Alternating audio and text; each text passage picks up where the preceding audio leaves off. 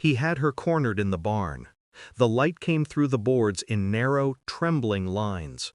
My daughter's voice cracked once, then silence. That kind of silence that tells you everything before you even open the door. When I stepped inside, the sheriff turned. His hand rested on his gun like it was part of him. Sweat glistened on his neck. "Your daughter's trespassing," he said. "This land's under new management." He grinned, chewing a toothpick. "You're just a farmer, Mason. This place should have been mine years ago." My hands didn't shake. They haven't in a long time. I just looked at him, then at my daughter, trembling against the stall door. "Leave," I said. He laughed. "You gonna make me?" "No, not me." I stepped outside, calm, pulled out my phone, dialed one number. "It's time."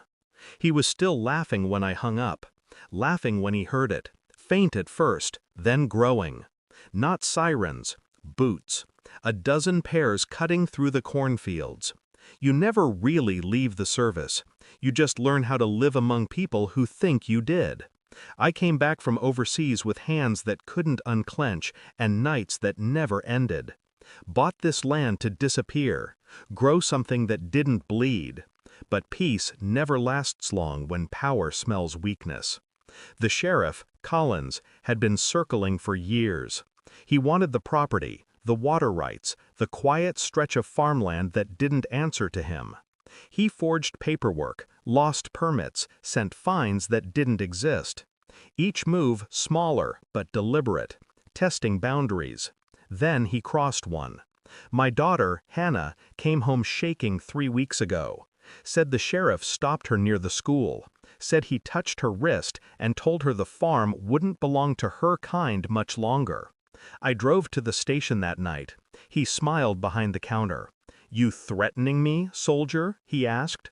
His deputies laughed. I walked out, didn't say a word. I just started making calls. Not to lawyers, to ghosts. They say men like us can't let go of the past. That's because the past never lets go of us. My old unit had scattered, some private security, some in places no one admits exist. But loyalty doesn't die easy. They picked up on the first ring, no small talk, just coordinates. While I waited, I played my part. Quiet, farmer, obedient, powerless. Collins strutted around town, drunk on his own authority. Everyone knew what he was, but no one challenged him. That's what corruption feeds on, silence. Each night I'd sit on the porch and listen to the wind push through the corn, counting the seconds between the sound of a truck slowing down near the gate and speeding up again. He was watching us, testing how far he could go. I didn't tell Hannah what I was planning. She thought I'd given up. But I wasn't done. I was just waiting for the right kind of darkness. When Collins showed up that evening, he wasn't wearing his badge, just his arrogance. He parked his cruiser beside the barn and walked straight in. Hannah was tending the horses. I heard her voice once, then his. It was enough. I stepped inside. The look on his face was hunger and hatred blended together. He didn't even flinch when he saw me.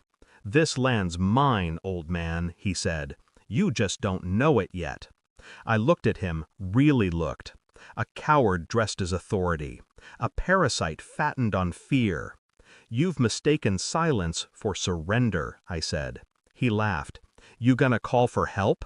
The sheriff's department works for me." He was right about one thing.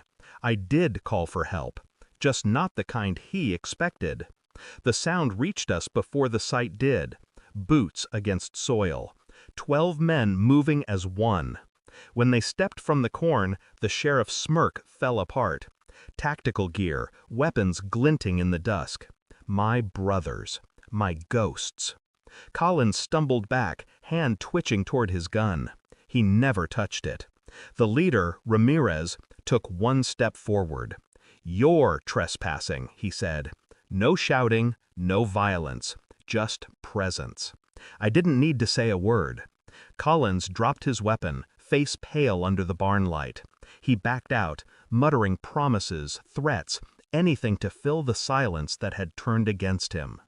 They let him walk. That was the deal. No bullets, no bodies, just fear, the kind that stains a man for life.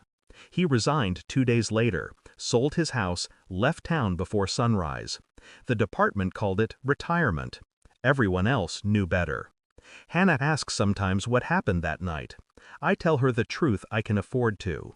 He's gone. He won't come back. She doesn't need to know the rest. She doesn't know what kind of men her father once called brothers, or how quickly they answered when he whispered into the dark. The corn's tall again now. The air smells of rain and soil. Normal life, or something that looks like it. Sometimes, when the wind shifts, I still hear it, those synchronized steps fading into the distance. I used to fight for flags, orders, men who lied about what mattered. That night, I fought for something honest. And I didn't need forgiveness, only silence. Because in the quiet after vengeance, you don't hear guilt, you hear peace. Thanks for watching. Don't forget to like, share, and comment. Subscribe now to Cheating Stories Insight World for more amazing stories.